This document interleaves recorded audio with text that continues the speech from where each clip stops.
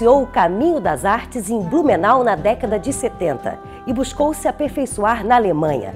Hoje, com uma carreira sólida, ele está sempre em busca de novas linguagens. Eu converso hoje com o artista plástico Rubens Åström. O Palavra Aberta já está no ar.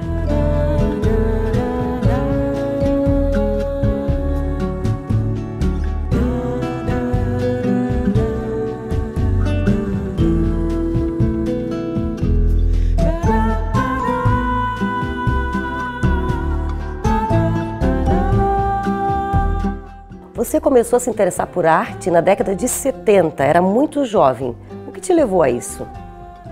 Eu acho que desde criança os professores já diziam que eu sabia desenhar bem e que eu tinha um certo talento artístico, e eu fui embarcando nessa ideia de me envolver com arte desde a escola, né? Então tem todo um envolvimento da cidade que eu venho também, que na época floresceu uma galeria de arte, existiu assim um movimento, era uma época que pode se chamar de hippie, não é?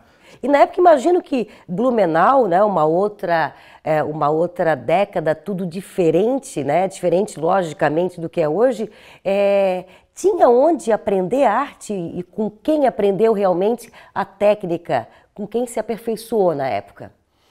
Eu achava que tinha que sair da cidade para aprender alguma coisa de arte, porque, enfim, a gente tinha aquele estudo pelos livros de arte, né? Você conhecia a pintura europeia pelos livros, né? Mesmo porque não se viajava tanto naquela época. Mas eu tive uma sorte boa, eu conheci logo uma artista que tinha recém voltado da Alemanha, que era a Elke Ehring, e que tinha voltado a se estabelecer novamente na cidade. Então ela construiu um ateliê e tinha o Guido Royer, era um colega de ideias artísticas na época, e a gente frequentava o espaço da Elke Ehring, e ela assim, toda generosa, ela abriu as portas e as suas ideias e nos ensinou a desenhar, nos ensinou a observar melhor o que era o desenho, como é que se fazia um desenho de observação realmente. Ela vinha de uma escola boa, de Munique, então era uma escola que priorizava muito a figuração, o figurativo. E eu comecei assim muito a trabalhar a natureza morta, que era uma ideia assim, claro, acadêmica, mas que exigia um conhecimento em termos de luz e sombra. Então isso foi assim um bom começo, com muita sorte. Isso eram nas telas ou fazia desenhos? Não, era desenho, era papel mesmo. Aprender a desenhar no lápis, no preto e branco. A ideia da pintura veio bem mais tarde. Então nessa época ela disponibilizava o tempo livre e vocês, imagino, bem jovens, assim, em torno de 15, 16 anos? 16 anos. Passavam tempo ali com ela conversando e aprendendo, tardes inteiras. E depois foi a influência dela, você resolveu ir embora e passar anos e anos na Alemanha? Eu creio que um pouco fazia parte, mas não tanto assim também. Eu assim, acredito que o que mais influenciou mais tarde, o Lindolfo Bell, que casou com a Elke Ehring, ele desenvolveu uma galeria, a Galeria Suaçu na época. E isso também criou um polo de encontro de muitos artistas, discutia-se muito, o Lindolfo Bell fazia várias exposições, ele levava a Vera Sabino, levava o Pléticos para Blumenau, então era uma escola já em andamento para a gente, era um aprendizado. Mas é claro que quando você é muito jovem, você é muito curioso de saber o que tem para fora desse lugar. E Blumenau, nessa época, não tinha uma escola de arte, nem a universidade desenvolvia esse tipo de atividade. E eu tive uma oportunidade ótima. Eu conheci o Paulo Groel, que é um fotógrafo residente em Florianópolis hoje em dia. Ele também é nascido em Santa Catarina. Ele desenvolveu o trabalho de fotografia a partir de Blumenau e se tornou um fotógrafo muito importante de nível internacional, anos depois. E ele, nessa de sair, de voltar de novo para o lugar que a família dele estava, na Alemanha, me levou junto. Eu tive a grande oportunidade de ir para Düsseldorf, na Alemanha, e estudar com figuras como Joseph Beuys, Gerhard Richter, né, que é famoso no Brasil pelas obras caras, né? E assim, eu tive uma grande sorte e consegui ficar 5 anos estudando em Düsseldorf. Depois, posteriormente, eu achei que, também por vias que eu tinha que me sustentar, eu consegui trabalhos melhores em Berlim. Fui para Berlim e terminei a academia. Que trabalhos eram esses? Eram trabalhos com arte mesmo? Não, não era tão artístico assim, não. Eram trabalhos de sobrevivência. O meu pai de origem da minha cidade, ele era pintor, mas era pintor de paredes. E eu tinha uma certa prática como pintor de paredes.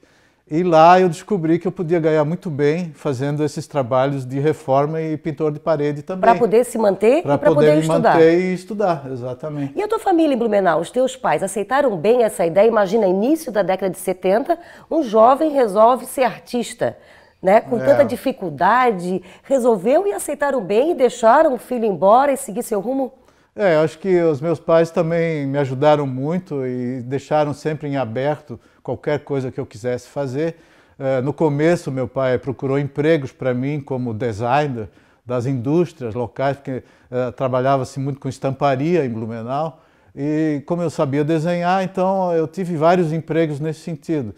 Mas nunca me satisfez assim, ficar menos de um ano. Eu já não suportava ficar entre 4 paredes. Então isso também me fez rever, e os meus pais acabaram compreendendo que eu tinha uma ansiedade muito maior do que a de Blumenau e me apoiaram, me ajudaram em vários momentos, me ajudaram bastante financeiramente e deu para eu depois aprender a me virar sozinho também, né?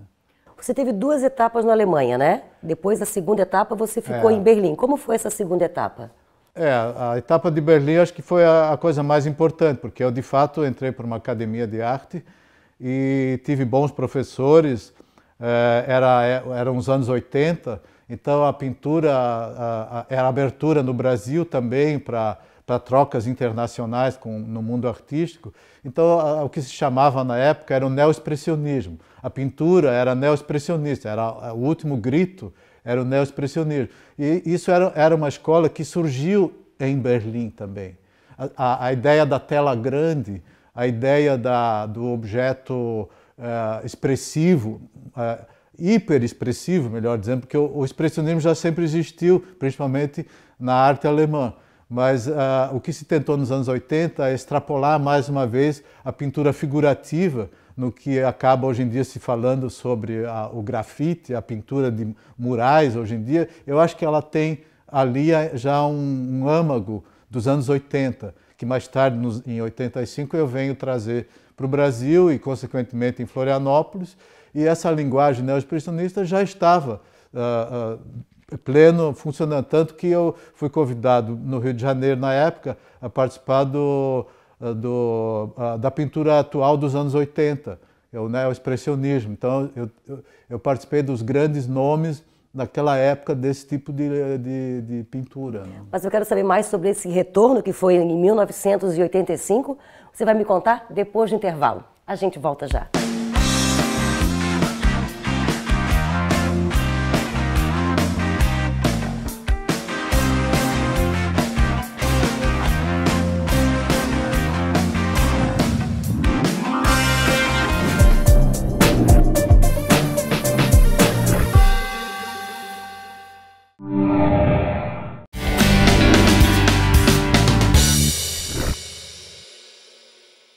E seguimos a conversa com o artista plástico Rubens Ostrem.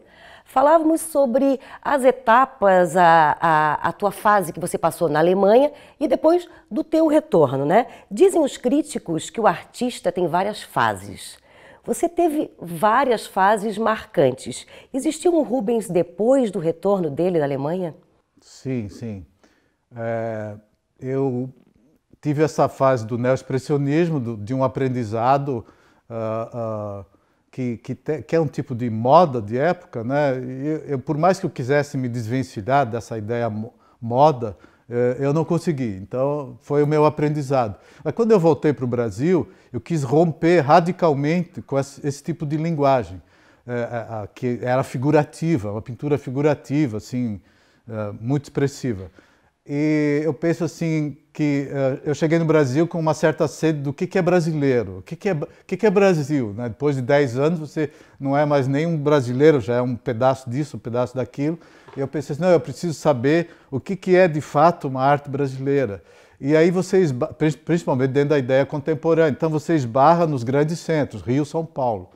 E aí eu penso assim, quem foi os grandes ícones internacionais do Brasil? É o Hélio Oiticica e a Lígia Clark, não é? São os que se tornaram internacionais já na década de 60. E o que eles faziam? Eles desenvolveram uma linguagem do concreto, o neoconcretismo. No Rio fica o neoconcretismo e em São Paulo ficou o concretismo. E eles brigavam entre si em debates. Eles estavam, na verdade, eles faleceram na década de 80, né? Mas eram Você admirava esses artistas? Então tinham ele como referência? Na época não. Eu não tinha esse referencial da linguagem, como se diria, para ser sucinto, geométrica, o neogeométrico. Tanto a Lígia como o Oiticica, no começo da carreira deles, eles tinham não dá para dizer que é acadêmico, mas eles tinham uma linguagem geométrica. Eram os concretistas. Sassilotto, por exemplo. Tem vários, principalmente os de São Paulo, que me interessavam muito, porque o grupo de São Paulo ele tentava criar um certo raciocínio, uma coisa mais racional em termos artísticos, se é que é possível pensar dessa forma. E no Rio pensava-se ainda em quebrar um pouco a rigidez da ideia do concretismo com o neoconcretismo. Ô Rubens, você acredita que o espaço onde você vive tem essa influência? Eu acho que sim, eu acho que nós somos um povo que constrói as coisas. Nós construímos as nossas próprias casas. Não é o governo que diz como você tem que fazer a sua casa, por exemplo. Porque quando você vai num bairro de cidades da Europa ou mesmo dos Estados Unidos, você tem que construir conforme a regra do bairro. Nós não, cada um faz a casa conforme deseja. Ou mesmo até as pessoas que têm construção de maneira muito simplificada. Então nós temos, na verdade, a nossa visão urbana, ela é meio caótica, nós não temos assim um gosto. E eu gosto disso, eu gosto muito. Quando eu vou a Porto Alegre, eu olho assim, é um prédio antigo ao lado de um prédio novo, é uma confusão arquitetônica gostosa. Então isso é bem brasileiro.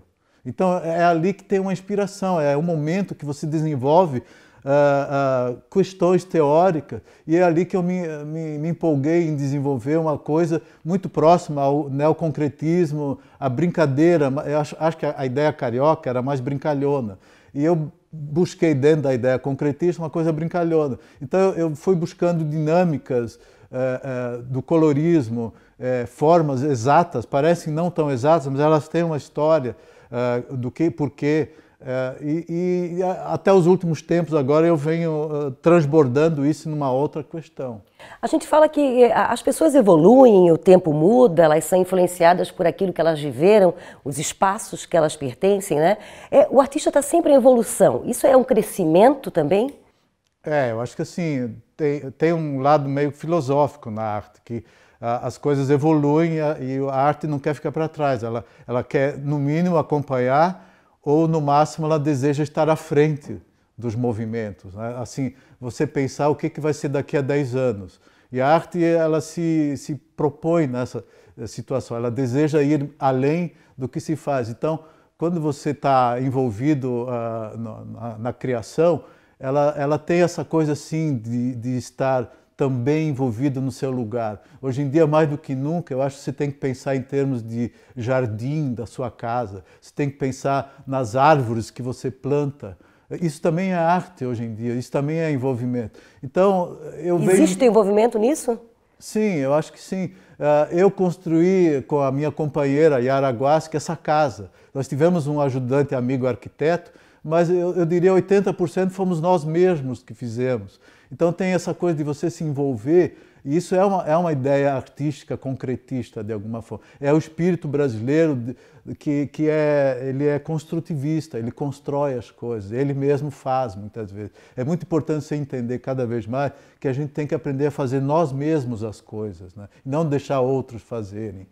Então é um pouco esse espírito que eu sempre acreditei e até hoje eu processo, eu faço as minhas próprias telas, eu estou desenvolvendo uma marcenaria, eu estou gostando cada vez mais de marcenaria. Então essas coisas assim que estão me levando para o tridimensional, a ideia da escultura. Eu estou tendo coragem de me envolver com a escultura hoje em dia. Estou bem no começo ainda, mas eu sinto que ali está um novo elemento. Então esse é o processo de você conseguir sair de uma estagnação criativa para achando um novo filão, uma nova linguagem, e é assim que a arte caminha de alguma forma. E agora está saindo do forno também um novo projeto teu, que é um livro, né?